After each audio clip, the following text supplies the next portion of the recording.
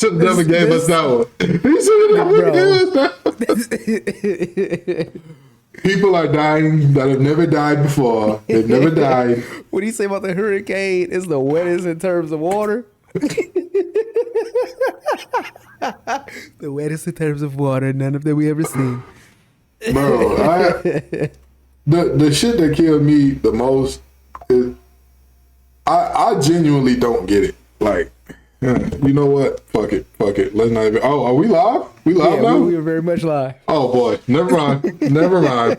It's all good, man. Never mind. Oh, fellas. Well, it has been so long. How are y'all? Y'all boys doing good, man? Y'all boys been good. I'm cooler, man. New reinvigorated sense of life. I'm out of Georgia, which that was a canon arc in my story. For some boy fighting demons. I don't even want to know what was going on for bro to say it was a canon event. Do you know? Y'all already, I mean, I've said it on my content. Y'all have already heard I told y'all stories about me working in the group home. You got to think, I was working there for 6 months.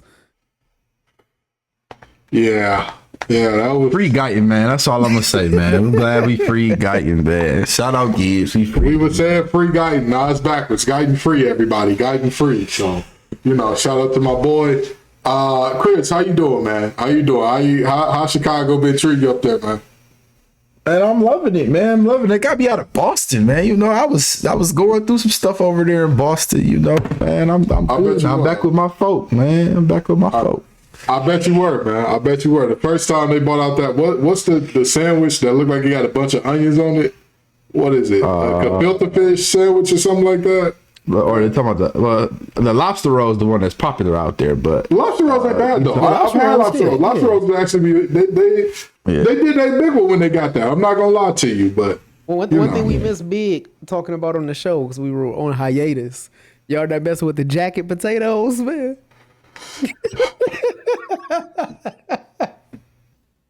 You know what? Hey, man. You know what? Let's actually start there. Let's start with the jacket potato. Because I got something to say. To my black British folks, and I'm gonna touch your shoulder when I say this. Why are y'all defending that foolishness? So here's the thing. Hold on, Josh. Hold on. Your surname is Patagonia.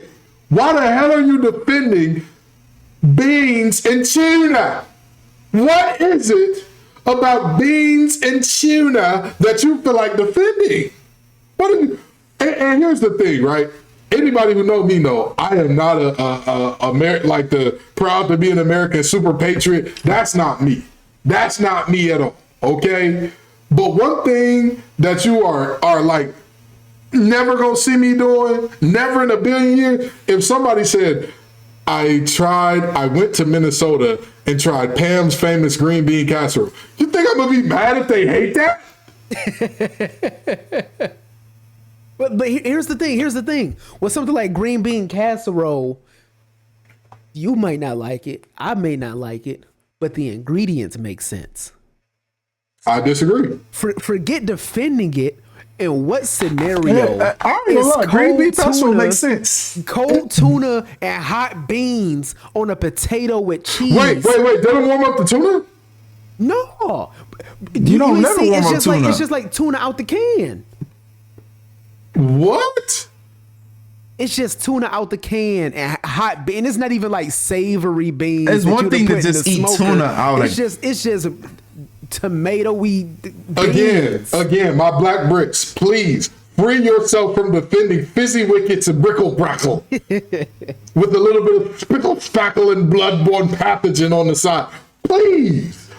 Again, if somebody came to me and said, hey, Ken, we went to Arizona and we tried their world famous brisket tacos. And I was like, oh, okay, y'all didn't like it? Cool. I don't really care. That's not what my people make. My family don't be like, yeah, let's throw brisket on a taco. That sounds great.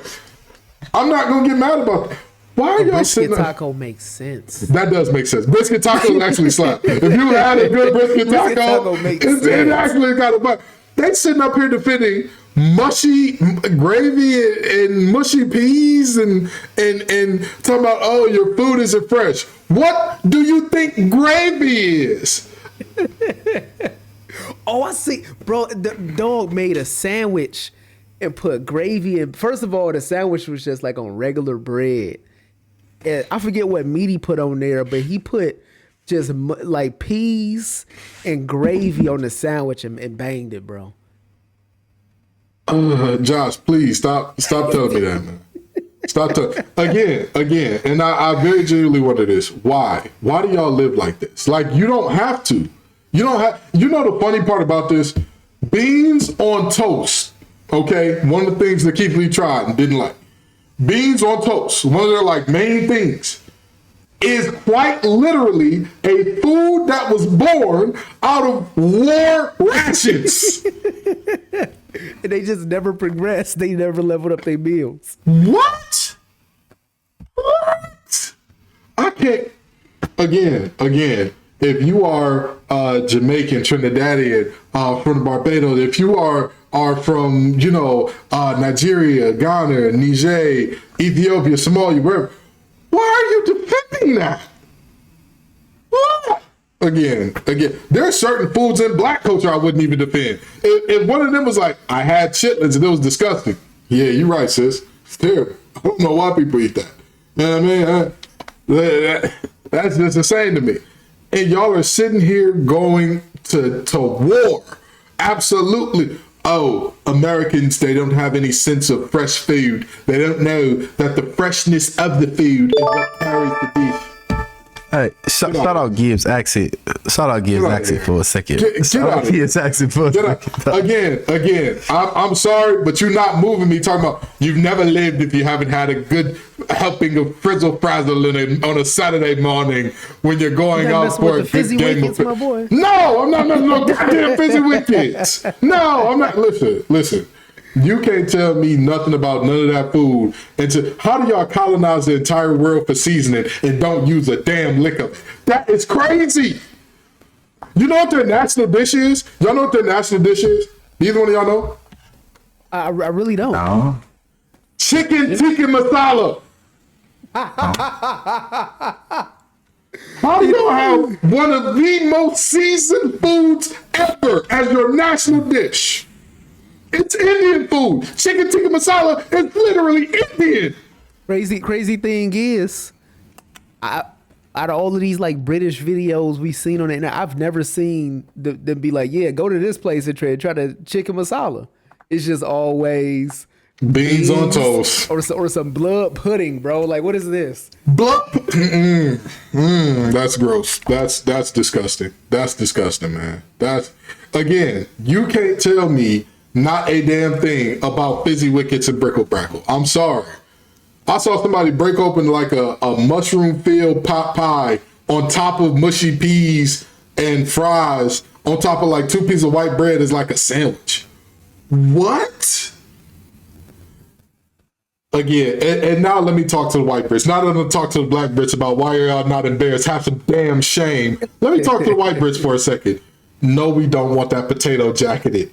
Just put some butter, put some sour cream, put some chives, put some green onion, throw a little bacon, throw a little cheese, and that's that. You got to plain before I take some beans. Oh God! Before I take some beans. Hold on, wait. Not only plain, get out hold of me cold. Give it to me cold. Before you put beans and tuna and cheese, your stomach is gonna sound like the beginning of Work It by Missy Elliott.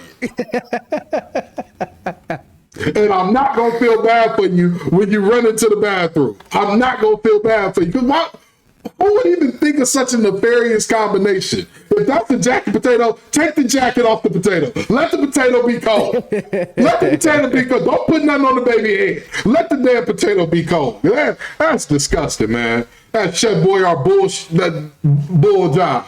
That's terrible. That's just terrible. But now that we're beyond Britain's food choices, let's get into the media's choices and how they talk about the face of the league, because that's a hot button issue right now, thanks to Anthony Edwards and LeBron James, that's a big thing. Speaking of the NBA and interesting choices, Nico, oh boy, hey, that man hired a full-time security detail, and rightfully so, because this is a speed run of how to ruin a franchise, ladies and gentlemen. Obviously, we missed some of the NFL postseason. The Eagles got another Super Bowl ring. Yay, go Birds or whatever. And Shedeur Sanders. Why do NFL GMs hate him so much? We're going to talk about all that and more on today's show. If we can get around to it, Chris's Rockets are only 2 games ahead of somebody's Pistons. Who knows? But we're going to talk about all that and more on today's episode of Facts Over Acts. Fellas, y'all ready? Ready for it? Yes, sir. All righty, well, let's get right into it. What's up, y'all? Have a seat. It's your favorite hour of the week with the Facts Over Acts crew. That sounds anywho. We got the master, the mixing master, Josh Guyton in the building. That is I. We got the money man, the man, the plan, Chris Allen in the building. Right here. And then you got the little old MC, that's me, Kenton Gibbs. Now, fellas, first, when asked about being the face of the league, Anthony Edwards said, nah, I'm good. I'll pass. And LeBron, when asked about the same thing, said, who would want it? When all they ever do is talk stuff, obviously the adult word that rhymes with hit, on the face of the league. Fellas, what do y'all think? Is this them being too sensitive? Are they right? Are they justified in this? Or what do y'all think? They are, LeBron's stance is completely right. Like we said pre-show, Anthony Edwards doesn't want to be the face of the league. I don't think it was for the same reasons that LeBron. Very nefarious activity But this from is Anthony. going to be a confession here on the show that y'all never thought that y'all would hear from me. But I've done a lot of soul searching. It's something that y'all have agreed on for a while, and I was kind of in the middle on it. Chris, write this down. He gonna say it. The He gonna reason say they it. don't have I'm a setting up the face of report right league now. It's Jordan's fault. Damn, never mind. Turn the recording off.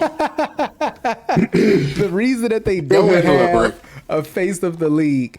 I thought you were about to say Brian is his GOAT now. I thought we won him over with the 50K. Look, Proceed. You can Proceed. always say I don't have no problem with you saying LeBron is the GOAT. He's not my GOAT. That'll always be I thought GOAT. you were about to say That'll LeBron always is your be GOAT. That's what I was about to say. Hey, listen, I thought that we had Chris on the record now. We had Chris on the record. We had the FBI tapping the line, baby. And here's the reason why. You went from the Magic Bird era, which like supposedly saved the NBA. Right. And you went straight to the era where Jordan was clearly the face of the league. He's in movies. He got the shoes.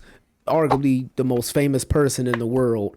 And you're like, you have this person that went to the final 6 times and won 6 times. Yeah. You got this person that scored over 30,000 points in like essentially like 12 seasons. Like as he played, it was quite evident that Michael Jordan was the greatest basketball player of all time at that time. Right. And you had an opportunity to transition that over to a new star, and you were handed a 18-year-old kid from Akron, Ohio, that even if he didn't live up to the expectations, which he did, which is it's an anomaly. But even if he didn't go 6 for 6 in the finals, even if he didn't have as big a star power as Jordan, the NBA had the machine to make that happen for him. Yeah. Even if he lived up to half the expectations, let's say LeBron retired. LeBron retired with 4 rings and he didn't have as great a individual stats as he has. Right. That's still a player that can take the reins from Jordan and move into that next decade. Yeah. But you've taken a league full of players that have exceeded the expectations for what we ever thought we would see from NBA players, and you don't put them on this pedestal that could further your league because you're comparing them to an era where you had Michael Jordan, but you also prop up these other players throughout the annals of history as if the internet isn't free. Right. We talk the media.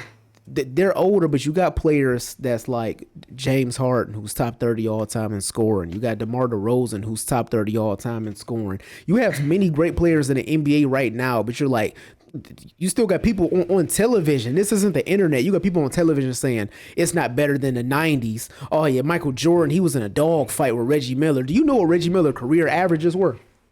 I'm gonna guess like 16-3-3. 17-3-3. I was close. I was so close. 17-3-3. And this Yikes. man is propped up to like, yeah, he was part of this golden era of the NBA. Where in the modern NBA, But he did this to the Knicks. in the modern He did NBA, if you this. averaging Derek White could do what Reggie Miller did. Put Derek White on the Yikes. Pacers right now. Yikes. So you saying he was the Trae Young of the 90s? Yikes. I wouldn't even say that. Trae Young giving you 30 and 12, bro. Sheesh. He might not have the wins, but if you look at his stats, Trae Young is giving you 30 points and 12 assists a night. Why Trae Young catch a straight right there? Well, because Trae Young's legacy will always be exuded or not exuded, but it'll always be lionized a little bit by what he did in the Garden.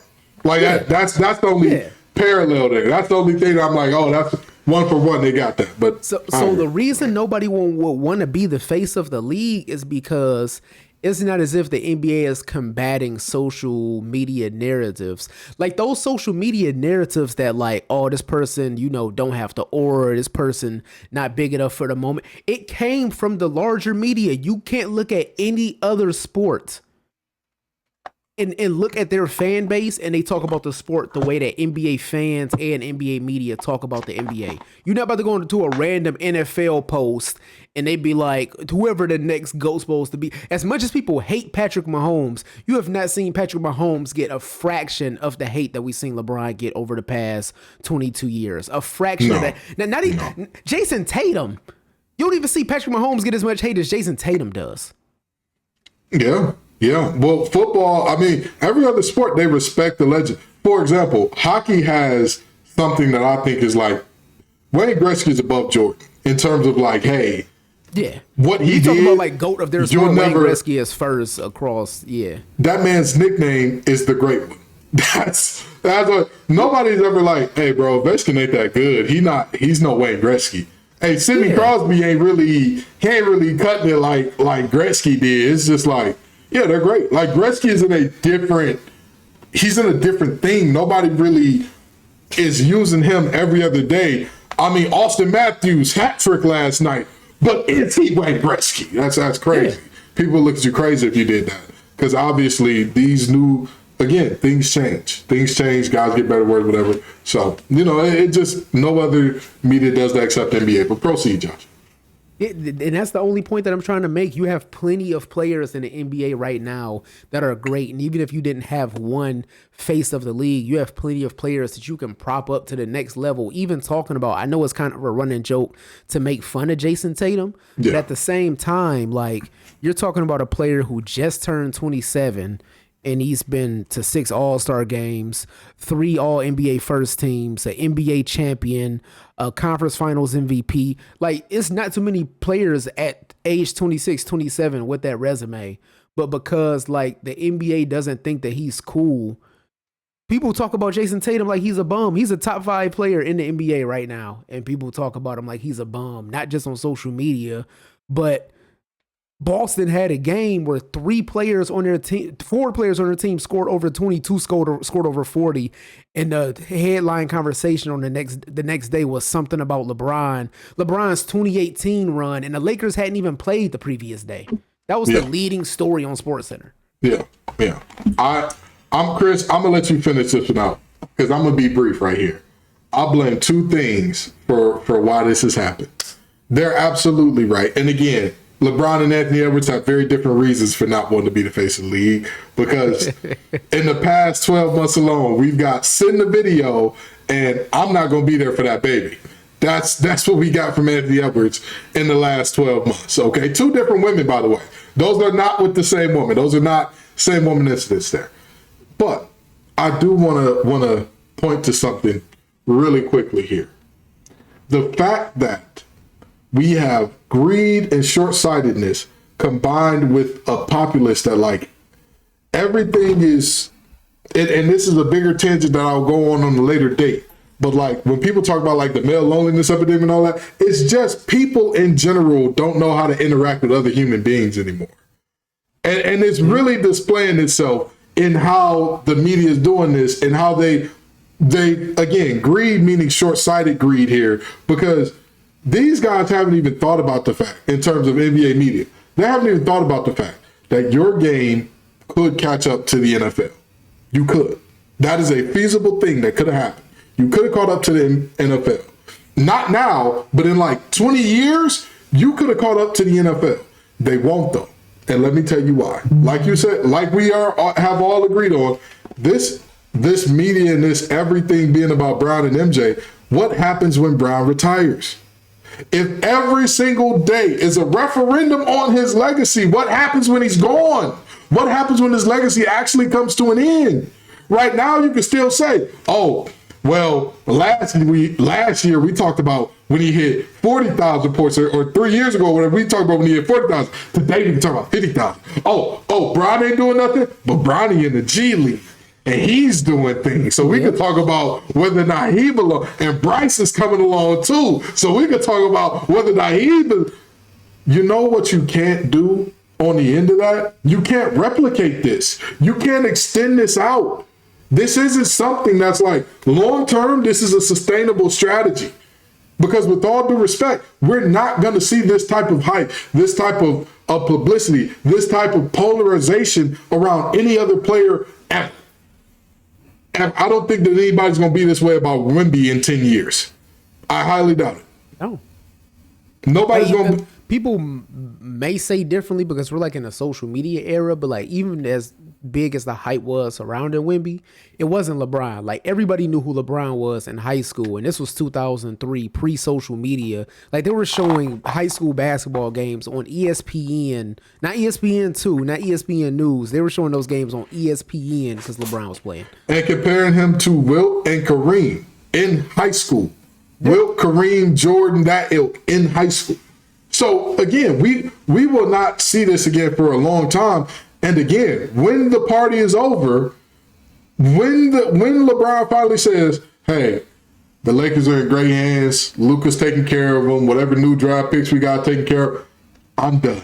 I ain't got nothing else to get a game. I want to go be a dad. I want to go watch my little girl do ballet or she can hoop or whatever she does, play volleyball, whatever she does. I want to watch her be an athlete. Me and Zuri got this. I'm done." Right? What are they going to do then? What are they going to do? Because again, the greed part of it is it generates instant clicks to talk about. Why the hell was Castanet on TV today debating Stephen A on LeBron or MJ? James Harden just dropped 50. Yeah. On my Pistons. You know what I mean? Sure, he got to the free throw line, attempted 20 free throws, but he dropped 50 on my Pistons. That could be discussed, maybe. Maybe we could talk about, are the Clippers actually, what's their solution going forward? What do they do? But instead, we sit here and have this argument of, oh, who's the GOAT? Who's the guy? It's foolish. We also had a game where Peyton Pritchard and Derek White dropped 40 apiece. And I didn't know about it until I listened to a podcast. Watching TV, I had no idea that happened. And again, the thing is, the game is more skilled than ever. You see more variance than ever, and the types of stars we see. Paolo Banchero and Cade Cunningham were what, one draft class apart? Yeah.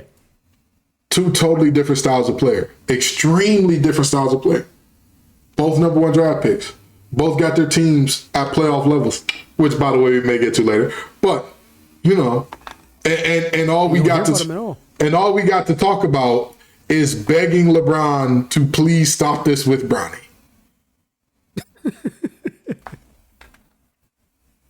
All we got to hear about is, is it the coach of the year or not with JJ Redick? It's foolishness. It's terrible. Chris, take it away, man. What you got? Man, I think the face of the league discussion is this simple, right? It's all because of the community around the world, right? And what I mean by that, that's a very broad phrase that I'm saying, but I'm gonna break it down for you a little bit, right?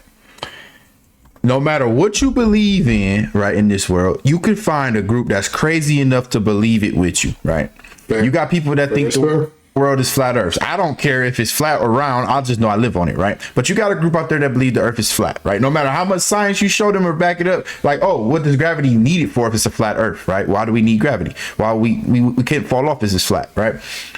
Anyway, you can find people that believe that animals are people and we are animals. You could go find a group that believes that, and trust me, I looked at that because somebody told me that they believe that the animals were raised to be kings and we were raised to serve them. That's why they can't talk. But anyway, the media out there, yeah, for sure. For sure.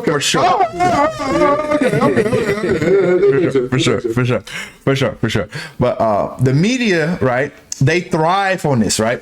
And because LeBron has been good for so long, hasn't had anything negative about him in so long, they are just waiting for the moment where they could just latch on to him for negativity, right? All his fans that want him to do bad, want him to finally fall off that cliff, they just waiting. And that's why they keep throwing LeBron out there, because they like, oh, you thought LeBron was going to do this? Oh, no, he didn't. Oh, you thought LeBron was going to do this? No, you didn't. And you just growing that fan base of people that hate LeBron, and they won't release that, right? So it's going to get to a point where if people ain't got, when LeBron done hooping, like you said, Gibbs, and ain't got nothing to hate on, or they ain't got nothing to worship, because you do have LeBron lords that LeBron is their God, right? When you get to that point, you didn't develop the game in the aspect that who's next, right? We up here talking about who is next for the last 5 years because they won't stop talking about LeBron. All you gotta do is start talking about somebody else. Literally all you gotta do. Yeah. And truth be told, it should be Jason Tatum. It should be Jason Tatum. Right? I mean, truth be told, he's in the most historic franchise. He doesn't have anything wrong with him outside of media. He's married, well, not married. He has a girlfriend as a world-known singer to himself. No drama in the media. Right? You don't even, Jason Tatum could very well drag his baby mother, his mother, the Deuce's mother. He could drag her in the dirt for whatever reason, but he don't even bring her up. No. Okay. The media and the people surrounding the media is why we won't grow the basketball game like that anymore. It's because we might not ever get a face of the NBA like this again. We might not ever. Yeah.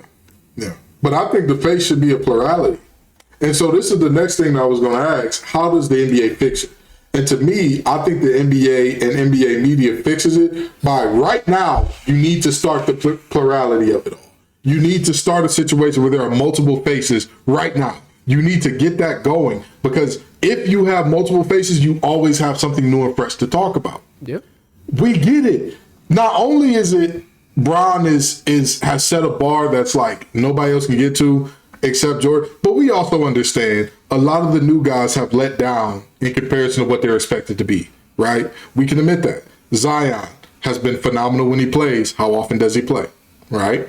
We can admit that, Wemby, he is appearing. Somebody on this pod may have been right saying that type of body archetype is not good for health. Somebody may have been right. Who knows who, but shut down for the season yet again. I get it. And I'm not denying that that's a factor in this, but I think that they still need to make this thing where, yeah, Jason Tatum's corny. So what?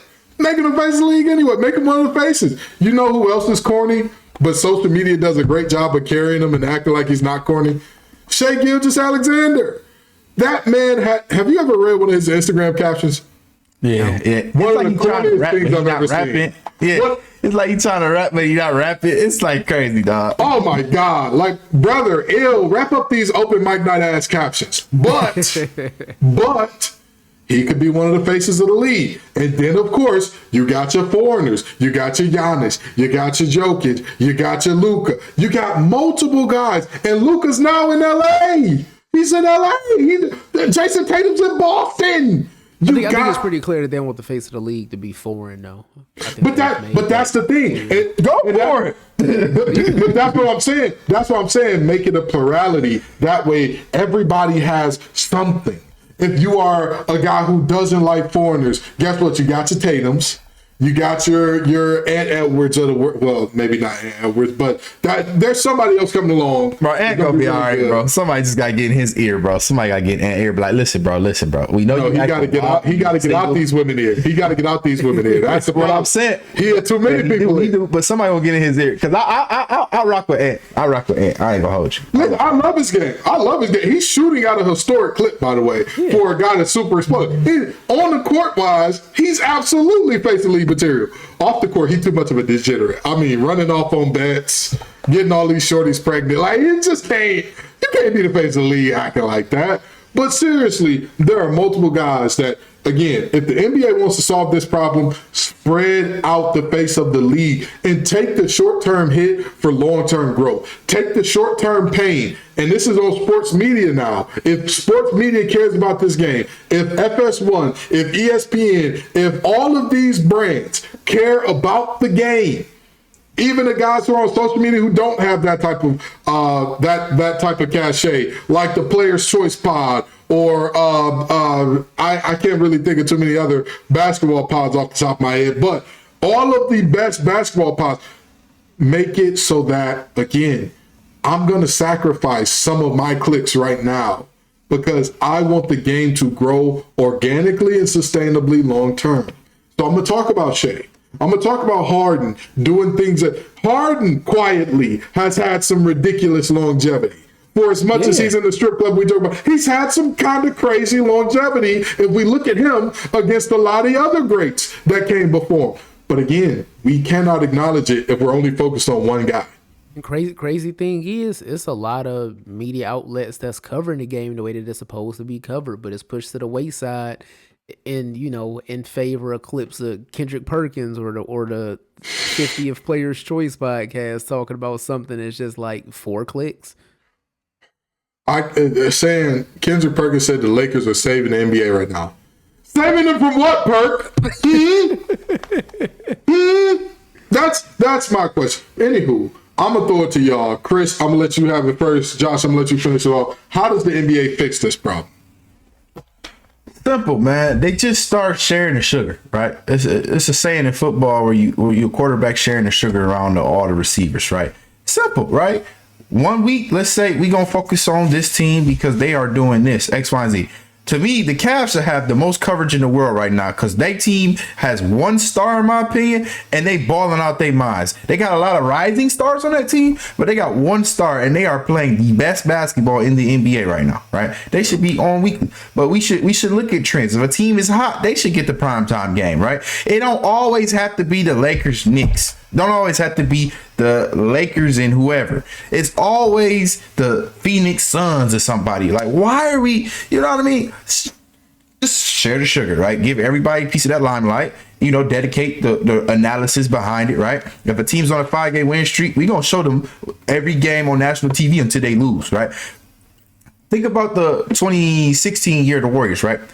They used to scratch a lot of games and put the Warriors on TV because they were on a historic pace to break the record of 72-10, right? And you would get hyped like, oh, the Warriors, they on a 10 game? Oh, we got to see they're going to lose this night. Games against the Jazz and Warriors, I was watching to see if they was going to keep the win streak alive. Like, come on, man. Just spread that around to the team that's hot, man. I think that's how you fix it. Josh, what's your solution for the NBA's problem? I just think they have to do a better job at marketing small market teams. This is not the NBA that we're used to seeing. This is the first time in NBA history where you've went 5 years and saw 5 different champions. There's been no repeat champions. There's been no champions winning, losing a year, and coming back. It's parity in the league, which is something that you haven't had in a while. And if you don't market these teams, it's no way for you to gain new fans. Not only is the style of play pushing away fans that's been watching the NBA for forever, but you're not gaining new fans because let's say you're somebody that's a casual basketball fan or never really watched the game and you're accepting this is how the modern NBA is supposed to be played. None of these names are household names, so how are you supposed to get connected to any of these players? The NBA has always been great at marketing individuals, even if you're going back to our childhood. You said spread it around. Before LeBron was this megastar, you had Shaq was a superstar, Iverson, Kobe, you had LeBron, you had like 10 different players that you can go to. T-Mac was in that conversation. T-Mac, Grant Hill was in that conversation. Think about how crazy that is. Grant Hill was getting love nationally.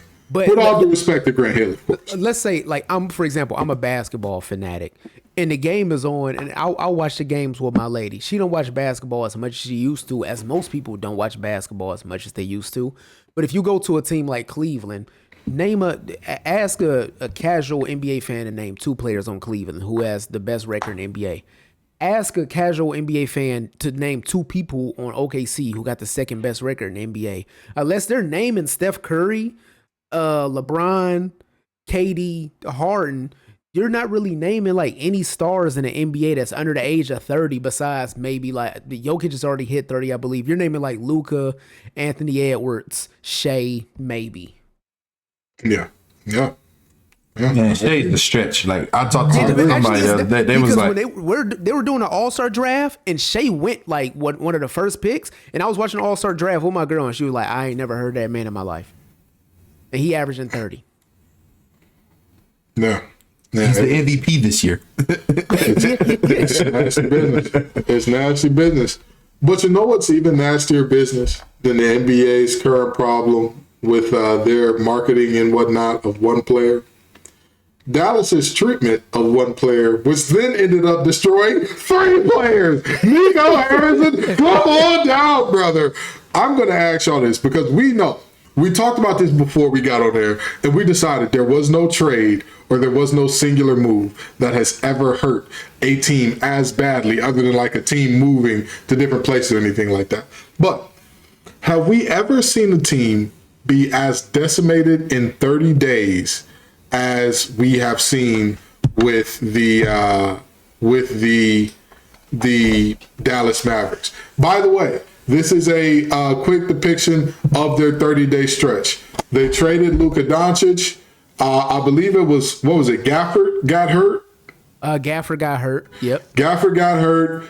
Anthony Davis got hurt.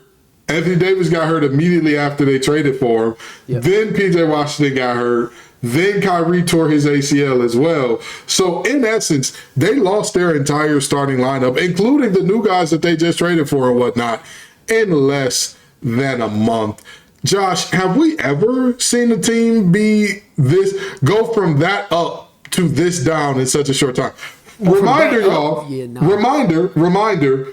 The Dallas Mavericks were the NBA runner-ups last year. They lost in the finals to the Celtics. Proceed, Josh. Have we ever seen the team take this far of a fall in 30 days? Going from that up to this down, not even close. You're looking at a team that just made the NBA Finals, and I don't think they make the playoffs. With Kyrie being hurt, we're not sure when AD get back. Gafford and Washington has all of their size. We're not sure when they're coming back.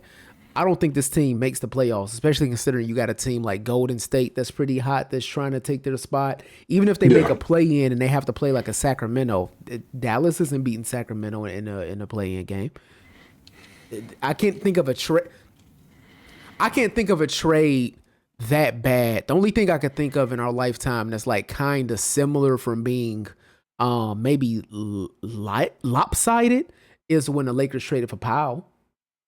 But the difference in that is Pau Gasol wasn't trade rumors to that point. That's not a trade that surprised anyone. Maybe how one-sided it was surprised some people because they traded Powell for Marc Gasol, who Marc Gasol ended up being a good player, but at that time Marc Gasol averaged like a point a game, and Kwame Brown, which we all know about Kwame Brown. But Luka, you're looking at somebody who we haven't seen somebody have as good of a first 6 years in the NBA from an individual standpoint as Luka probably ever. Not even LeBron. If you're looking at LeBron missed the playoffs his first 2 years in the league. I think he missed the All-Star game his first year. You're looking at Luka, who made the finals with all NBA first team 5 out of his 6 years and All-Star 6 out of the 6 years. And he's playing for a franchise like Dallas, who is just loyal to Dirk for 22 years. And you had the former owner, Mark Cuban. Mark Cuban said on record, "I will leave my wife before I leave Luka." Yeah. And hey, man, that is insane when you think about it, bro. Somebody that got half your assets. I was about to say, a billionaire saying, "I'm going to give up half of my stuff." Because if he leave Luka, hey, you know what I mean? Like, your team might lose for a little bit. Whatever. You leave your wife, half your stuff is gone. Like, yeesh. Nobody saw this trade coming. Like, this isn't a trade that, like, we heard rumors, we heard rumblings. When it first came across my phone, I thought it was fake. Thought he got Centel. Boy thought Centel got with the Centel. I read it 2-3 times. Hey, bro, like, what's going on? It happened in the middle of the night. I called y'all. I was like, hey, bro, is this legit, bro? Like what's going on right now? Boy, I was knocked out. I woke up the next day. What? What? That text from Gibbs that morning was crazy, dog. I was so confused. Like, like, y'all have to understand, right? My thought about this when I first saw this trade was like, this can't be possible. Like, this literally cannot be possible. Nobody in their right mind would trade Luka Doncic for Anthony Davis. Yeah. And their complaint was Luka Doncic, we don't know about his condition and we don't know if he's healthy. So you traded for Anthony Davis? And that was the part that, like, the thing that confused me so much about the trade was, like, when I saw Luka Doncic traded to the Lakers, I thought, oh, LeBron must have been going to the Mavs, and it must be like he wanted to be back with Kyrie that much. Weird flex. I don't think it's a good fit, but sure. When I saw all they traded was AD and Max Christie, yeah, no. I said, no, this can't be it. That would be. I'm trying to think of like that would be like who's somebody in the NFL that's like kind of injury prone, but still. That would be like the Chiefs trading Patrick Mahomes to the Cowboys for Dak. Yeah, I agree. That is a very good parallel. Because again, I'm sitting here and I'm looking at this and I'm just like, who could Luka have pissed off this bad for them to be like, hey, we gonna get you out? And then I don't care who he pissed off. But wait, this was my next thought. Because I knew multiple things as soon as I saw this trade. I said, there's no way they shopped this around to the entire NBA. There's no way. Because the best you could get Nobody knew. When that came out, conference. When that came out, it made a lot of sense because I said, "There's no way you shop this around to all of the NBA and the best package." The Sixers would have gave you everything. They would have gave you. They would have renamed that team Dallas North, the Dallas North 76ers, to get Luka. They would have gave you whatever you want. They would have hit you with the Victor Suite. My wife too fond of a Puerto Rican woman for just me to have. I got to shut that. Come on up here. If we get a Luka, come on up here. I cannot believe that this trade happened. Listen, I digress.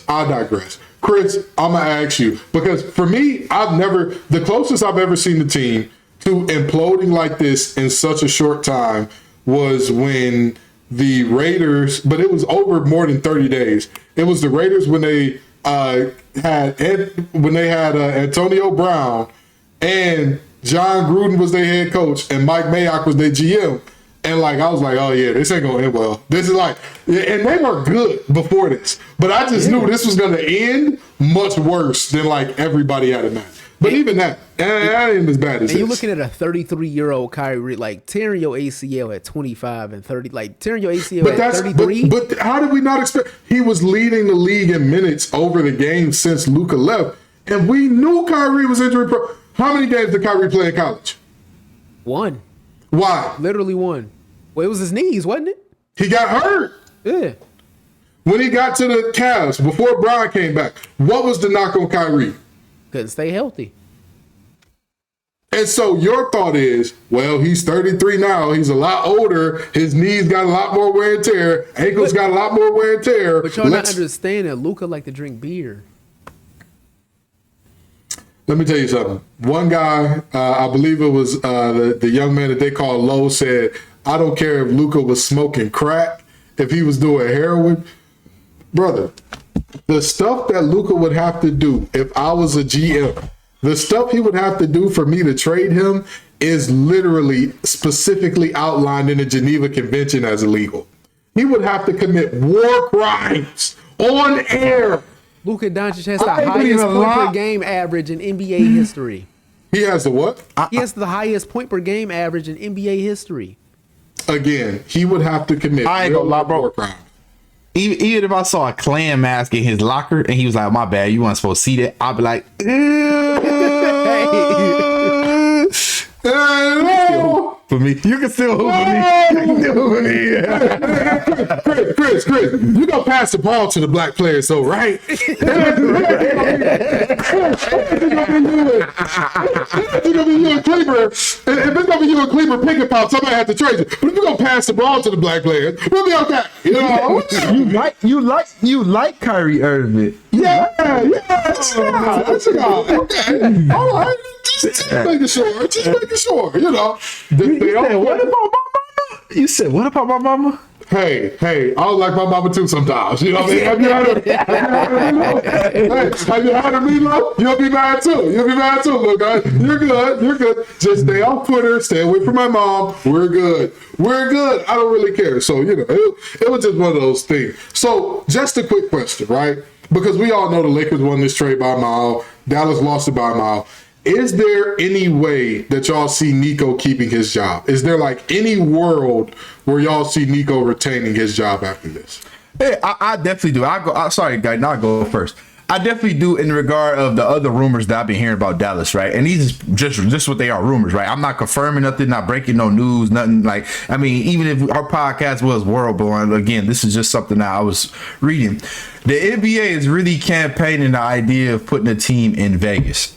Mm-hmm. Dallas Mavericks fans are so diehard for Dallas Mavericks that they had to do this in order to, you know, diminish the name, because the ownership wants to be that team in Vegas. So apparently they traded Luka away to essentially, you know, diminish the name of the Dallas Mavericks, make all the fans hate the Mavericks, say we don't care about the Mavericks no more, and then they're gonna slide off into the sunset in Vegas and rebuild. That is what I was hearing on the rumblings of. So in that regard, if that's truly what happened, I could see Nico. He did his best. He got a superstar back for him, and I mean, he tried to make it seem like it wasn't a complete tank job, right? I mean, he tried. That's what you asked him to do. Like, don't make it look like it's obvious. It's just the rest of the world came falling down on top of after he made this move, right? He didn't know that Anthony Davis was gonna get hurt first game, even though every time Anthony Davis fell in Lakers uniform, you'd be like, is he gonna get up? Chris, do you know why Anthony Davis was trending even before this trade? Oh, yeah. A battle rapper said, "You think you're gonna pull up on me? You cool frontin'. I'm Anthony Davis. Soon as you think I'm playing, I'll pull something." We know who Anthony Davis is at this point. Nobody's shocked. It's like that meme. Are you shocked? Don't be shocked. Why are you shocked? With Anthony Davis, we know he is a monster when he's healthy. He going to give you about 30 and 12, 30 and 15. He going to give you that. Great rim protection, too. He going to give you that. He going to give you that. Yeah.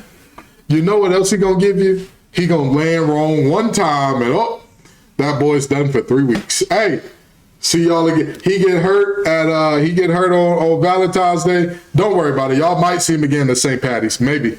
No guarantees. And don't let the other star get hurt. Then he ain't gonna see it until next season. No.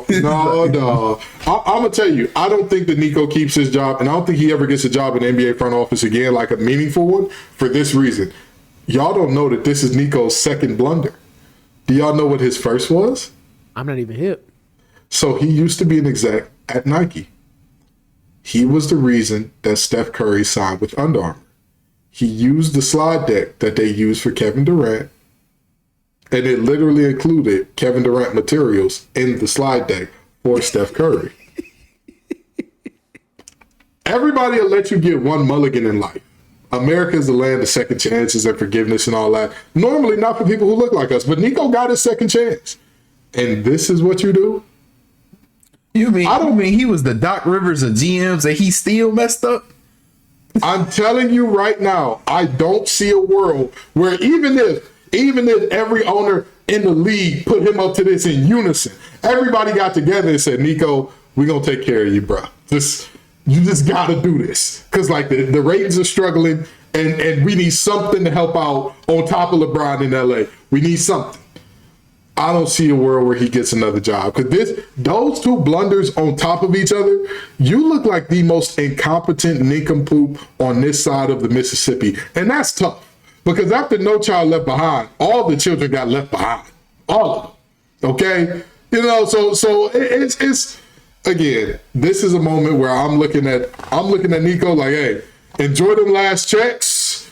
You know, you better start lobbying for wherever you live at to you know, reinstate some of those unemployment benefits. Because, brother, you are Gibbs. Me and my pops laugh about this, and I never asked you this, bro. Can you give us a demonstration how you think that phone call went down with Nico and Rob? What you think happened, bro? Oh, listen, somebody made a joke about Rob Pelinka was grooming Nico, and I think it's even worse than that. I think it's worse than grooming. I think it's so much worse than that. I think it's so much more sinister. I think that he literally, like, pardon my phrase, I think he literally talked him through it. I do. I think Rob Pelinka was in his ear. Hey, Nico, man, Luka, he's a liability. The defense that he played last year, you heard Brian Windhorst. You'll never win. You'll never win with him as your star. And if he's your first in command, what do you think your second, third, and fourth are going to do? They'll never. Go ahead. Just put the paper in the facts. Come on. You can do it, Nico. Go ahead, put that paper in that fax. I'm going to send you over Anthony Davis. You send me over Luka. Hey. I'm going to help you out. I'm going to help you because I'm not even really too sure about this Luka cat. I'll throw in Max Christie. What you thinking, bro? What you thinking? Come on, rock with me. What you thinking? Go ahead. Do it, Nico. Do it. Do it. Just go ahead. I think he went the opposite. I think it went the opposite. I think this will happen. Rob was like, man, trade deadline here. I don't know what we could do to improve this roster. We got D'Lo out of there because he was being bad for the locker room. I don't know what we could do. His phone started ringing. He was like, hey, we're the Dallas Mavericks. We're calling to see what would you do for Anthony Davis? Anthony Davis not on the market. I'll call you back. They call him back. What would you do for Anthony Davis if we said Luka was in the deal? Hold on. I'll call you right back. He got on the phone with Jeannie, said, Jeannie, I don't know if they playing, but they just said they want Anthony Davis bad. They'd give us Luka for him. Jeannie was like, what you talking to me for? What you talking to me for? Get off the phone. And he called him back and said, well, I like your offer. What else I got to throw you with Anthony Davis? Just Max Christie and the first. That's it? You sure? Send it first. I don't believe. Send it first, and I'll believe you later. Send it first. I'll believe you later. I heard reports that Rob Pelinka laughed at the initial offer because he thought he was joking. That's what I'm saying. Listen, I'm telling you. I know for a fact. Rob was like, "Hey, man, I know you don't want to do this. You're a little nervous, but think about this. Everybody got mad at you for signing Kyrie, right? It worked out. You're a smart dude, Nico. You're smart. You are a smart, special man. You're my special man. Go press that button. Go put it in the fax. Press that button, Nico, and it's all gonna be over before you. And think about this. Everybody was mad when you got Kyrie, but when you went to the finals, was everybody happy? No, when you go to the finals with AD, you think they're not gonna be happy? Come on. You can do it. Just press the button. Just press it. You're so close. I believe at the end of that phone call, Nico was like, he got off the phone, like, yeah, wait till everybody hear the news. Like, he felt proud about it. After the haircut. This trade is like when you see your mans in that like all denim USPA fit to the club. Like, that's not a fit that you put on like, oh, I'm just gonna throw some casual. In your mind, you were shutting down the club with the big 3 horses on your chest. You knew beforehand and had that laid out in the bed. Yeah, you knew. He knew when he made this trade. He said, yeah, I'm cutting up. I'm gonna cut up with this one. And then he walked in the club like, wait, I ain't fresh? Why the shorties keep laughing, bro? Why do you keep saying my horse look tight? Very embarrassing stuff. Very, very embarrassing stuff. Now listen, we know that it's been a while and all that, and we want to get in one more thing before we get out of here, okay? First of all, congratulations to the Philadelphia Eagles, and we're going to get to the Super Bowl and all that in the offseason later on down the road, but we got to talk about Deion Sanders' boy Shedeur. We got to do it before we get out of here. Fellas, why do y'all think that these GMs have such negative reviews on Shedeur? So the NFL has this thing. They do the same thing every year. And I don't know, I mean, I know why, but at a certain point, it's like, why are we still having this conversation? It's been pretty much the same general managers and owners at the helm of these teams for the better part of like the past 20 years. Yeah. And over the past 20 years, the what a quarterback looks like has obviously changed. As much as they tried to fight it, it's obviously changed. But we're talking about the same general managers and owners that have talked about that have talked about like, man, maybe Lamar should play wide receiver. Mm-hmm. Although statistically, Lamar Jackson is like the greatest quarterback we've ever seen in our lives from the perspective of throwing the ball. But, you know, maybe he should have played wide receiver. Even in college, he won the Heisman and was top 5 in Heisman voting next year. You're talking about Shedeur Sanders, who you know still didn't have the best offensive line in the world and threw 74%, and went 37-10 on touchdown and interception ratio. Right. And it's a problem because one, he's confident in himself. Two, he's Deion Sanders' kid. You thought he was going to come into the combine humble, but he's being, you know, demerited for the same things that like coming out of college doing his dances and talking. He was talking going into the combine. People was calling Joe Burrow Joe Shiesty and was ready to crown him the next king of the NFL before he even played a single game. So we don't have to. I don't have to. Joe Burrow, if you will. Exactly. We know the exact reason why Shedeur Sanders is being judged the way that he is, and just based on the stats that he put up, you can't really name me if he doesn't go in the first round. Like we already know what it is when it comes to the NFL. I think he has very big character issues. I think his arm isn't that live and he's not a good athlete. Nobody in the first 27 picks should take him. I think that he is at best a 28th pick, and anybody that drafts him before 28 would be reaching. I think it's a great reach. I don't think you should reach for quarterbacks. I don't think he's worth that much. That's just in my opinion. Again, nobody before 28. Chris, why do you think the GM, by the way, do not look up who drafts 28. Please don't. Chris, why do you think that the GMs hate I think I got an idea who draft 28. Hey, worry about yourself, brother. Worry about yourself. I just don't think maybe my Lions do draft 28, but we don't need to talk about that right now. Go ahead, Chris. Yeah. I think it's more so, I think they just think that there's a lot of mess is going to come with him. Mm-hmm. And what I mean by that is they think that essentially, you know, the prime time effect going to happen and then they going to weed out my job and Deion going to be in the front office eventually. Maybe that, because I mean, you see how the talk around town is always somebody's son when your dad is great, right? I mean, right. For the love of Christ, I wish they just leave Michael Jordan's son alone. Like, I don't care who he dating. I don't care what he does in his spare time. I don't care what drugs he do. I don't care when he go to the bathroom. Like, I don't care, right? I don't care. So I just think that they really, really need to hone in on the fact that you don't have to bring all that with you. You could just treat him and say, hey, we don't want your dad involved. We don't want all that involved, but you're a good player, right? He played for Colorado. The team had 1 win, right? Before he got there. 2. They were 2-10 the year before. Two wins before he got there. And then they almost made the college football playoffs. Like, come on. We were having conversations about them almost being in the college football playoffs. Come on now. That ain't no scrub to me.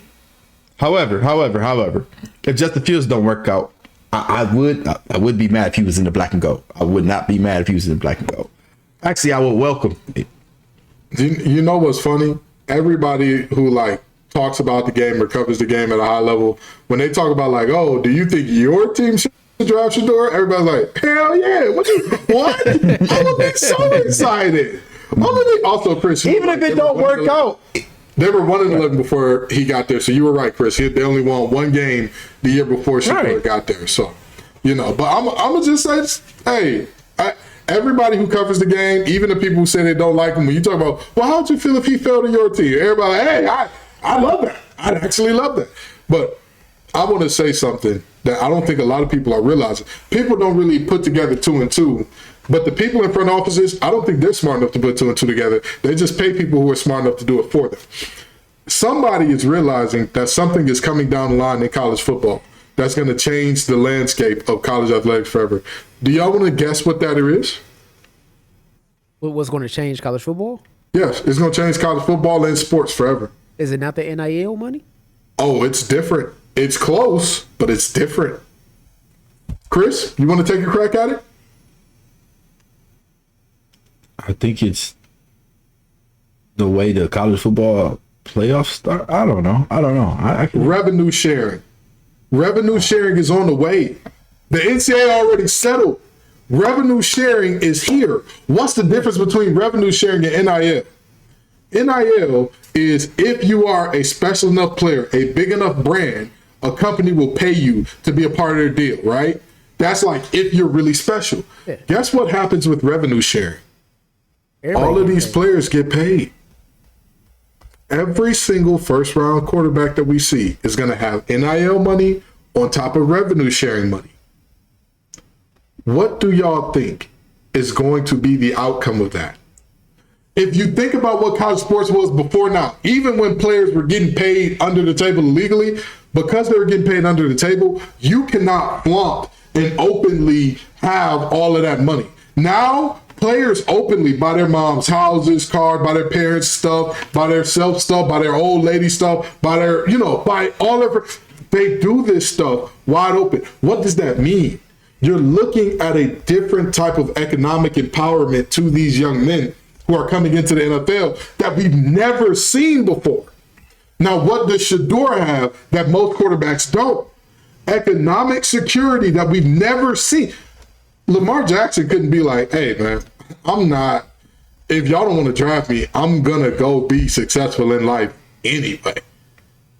My dad released a song talking about must be the money that's turning me, oh, must be the money. He couldn't do that. Mike Vick couldn't do that. None of those guys could do that but him. But here's the reality of what we got coming down the line. Do y'all know how much the quarterback from Tennessee is getting paid? Nico, I'm not going to try to pronounce his last name because it's very difficult. But y'all know how much Nico getting paid? $8 million. $8. I think the Georgia quarterback that transferred getting $5. So do you think that these guys are going to be going to the NFL? Hey, man, I'm so grateful to be here. Whatever I need, whatever y'all need me to do, I'm going to do it. Don't get me wrong. These players will fall in line to be professional because of the fact that, there's still a desire to win and compete at the highest level against other players who are playing at the highest level. But there's no longer a certain amount of reverence to, in the words of Drewski, I changed this broke brother life. I changed this broke brother life. Because no, you didn't. Revenue share did that. Yeah. NIL did that before you even got to me.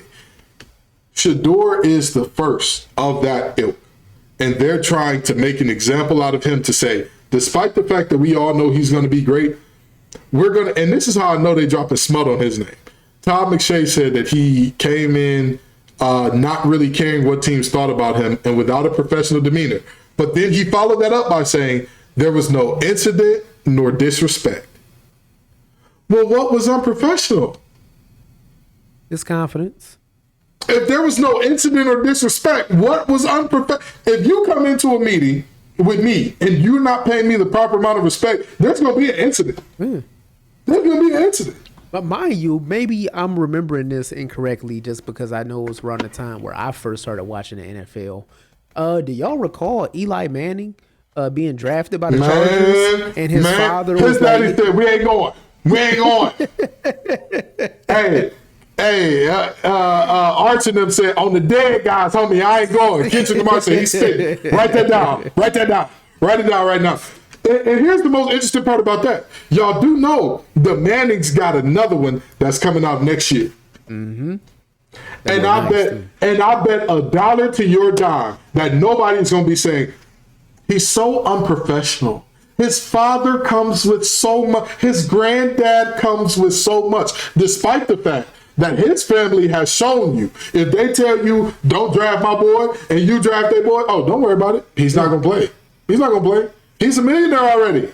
We got money to blow. His daddy's $100 millionaire. His daddy's $250 million. He don't need the money. He's good. So y'all go ahead and pass up on my boy or draft him and trade him away for a nice haul. But y'all ain't going to have my boy playing for you.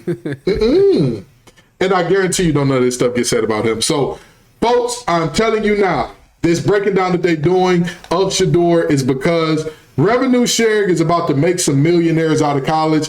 And folks act a little different when they starving. You know, when you hungry and you go into that job interview, you make sure you got a fresh cut. You make sure that you on your P's and Q's. You make sure when you already got a job, you at that job interview, you like, hey, I'm interviewing y'all for real. Right. I need to make sure y'all straight if I'm gonna make a move. You know what I mean? So I think that's what's going on here.